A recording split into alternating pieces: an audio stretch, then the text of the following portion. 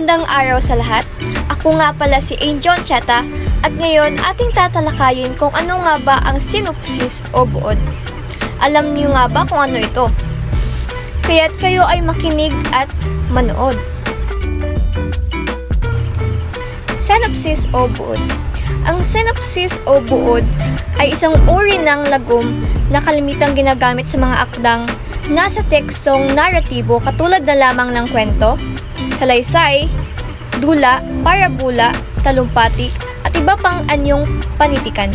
Ang buod ay maaaring buuin ng isang talata o higit pa o ng maging ilang pangungusap lamang.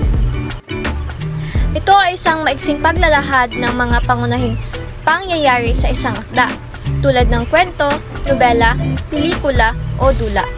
Layunin nitong ipakita ang pangkahalatang tema at mga mahalagang detalye ng hindi kinakailangang basahin o panoorin ang buong akda.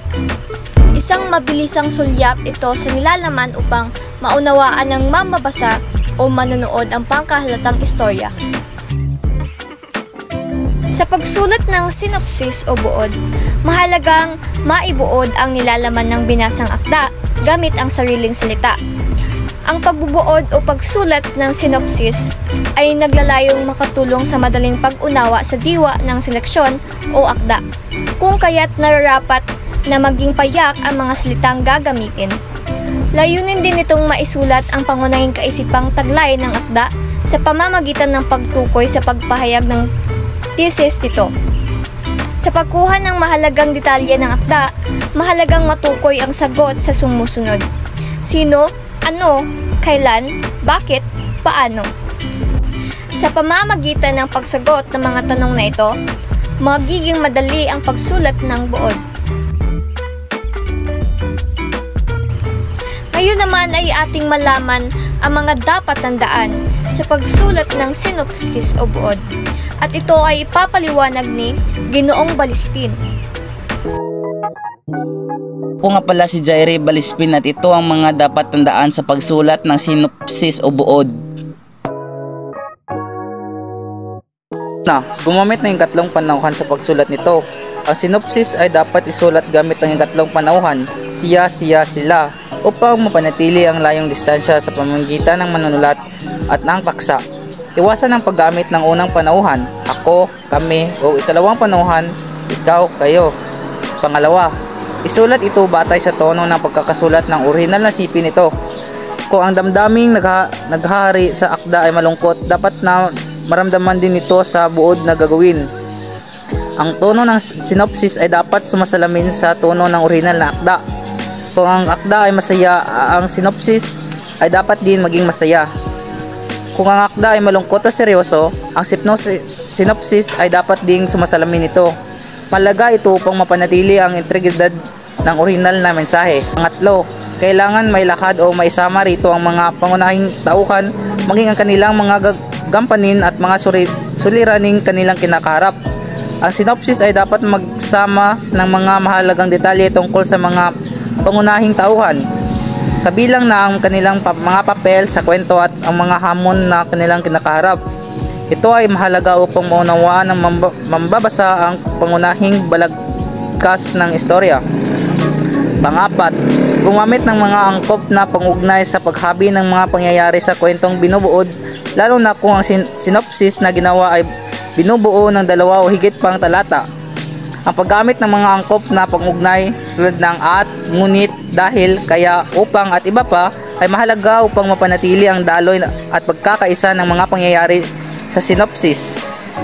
Lalo na itong mahalaga kung ang synopsis ay may dalawa o higit pang talata. Panglima, tiyaking wasto ang gramatika, pagbaybay at mga bantas na ginamit sa pagsulat. Ang synopsis ay dapat na may wastong gramatika, pagbaybay at bantas upang maging malinaw at madaling maunawaan. Ang mga pagkakamali sa pagsulat ay maaaring magkapagdulot ng kalituhan sa mambabasa. Pang-anim, huwag kalimutang isulat ang sangguniang ginamit kung saan hinango kinuhang orihinal na isipin ng akda. Mahalaga ang pagbanggit ng pinagmulan ng orihinal na akda upang maiwasan ang plagiarism at iba at bigyang kredito ang may akda. Ito ay isang mahalagang aspeto ng akademikong integridad. Bakit nga ba natin kailangan tandaan ang pagsulat ng sinopsis o buod? Ang kasagutan ay ating malalaman kay Ginoong Anyora. Ako nga pala si James Minex Anyora at bakit nga ba kailangan malaman ang mga hakbang at dapat tandaan sa pagsulat ng sinopsis at buod?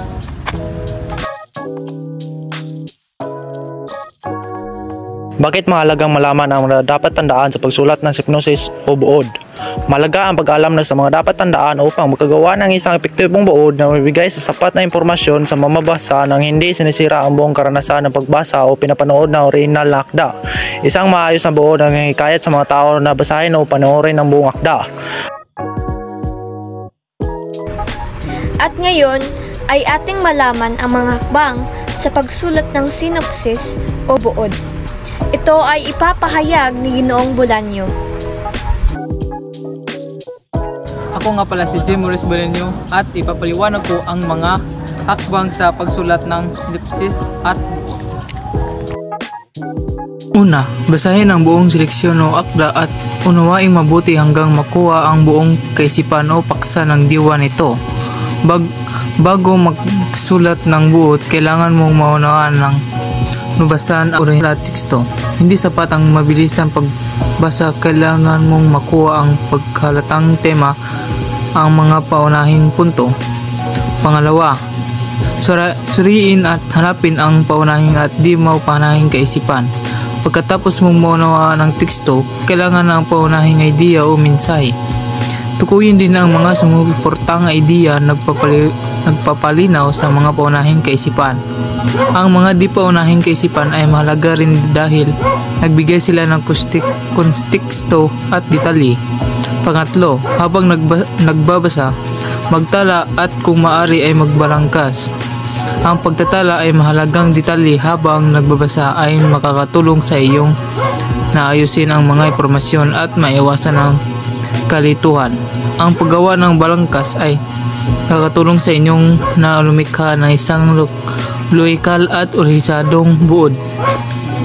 Pang-apat, sulat ang sariling pangungusap at huwag lagyan ng sariling opinyon o kuro-kuro. Ang isusulat, ang buod ay dapat na isang obiktibong paglalahad ng orihinal na teksto. Iwasan ang pagdaragdag ng sariling direksyon o opinyon. Gamitin nilang iyong sariling salita upang maiwasan ang plagiarism, ngunit tikiyaking iyong buod ay tukpak na sumusumalangin ng orihinal na teksto. Pangalima, ihanay ang ideya sa iyong orihinal. Ang mga ideya ay iyong buod ay dapat sumunod sa pagsusunod ng mga ideya o orihinal na teksto. Huwag baguhin ang pagsusunod-sunod ang mga pangyayari o argumento maliban kung mayroong makatwirang dahilan. 6. Basahin ang unang ginawa surin at kung mapapaikli ang paito ang hindi mabawasan ng kaisipan ay lalong magiging mabisa ang sinulat ng buod. Matapos mong isulat ang iyong buod, basahin muli ito, suriin kung may mga bahagi na maaring paiklihin nang hindi mawalan ng kahulugan. Ang mga mahusay na buod ay maigsi at diretso sa punto. Bakit mahalaga malaman ang hakbang sa pagsulat ng sinopsis o buod? Ang pag-alam sa mga hakbang ay silbing gabay upang matiyak na ang buod ay organisado, malinaw at epektibo sa pagbibigay ng impormasyon sa mamabasa. Ang isang maayos sa proseso ay humantong sa isang mahusay na resulta. Ngayon naman ay ang mga halimbawa nito na nagpapakita kung ano nga ba ang isang synopsis o buod. Ang mga halimbawang ito ay nagpapakita ng maigsi, tumpak at organisadong buod.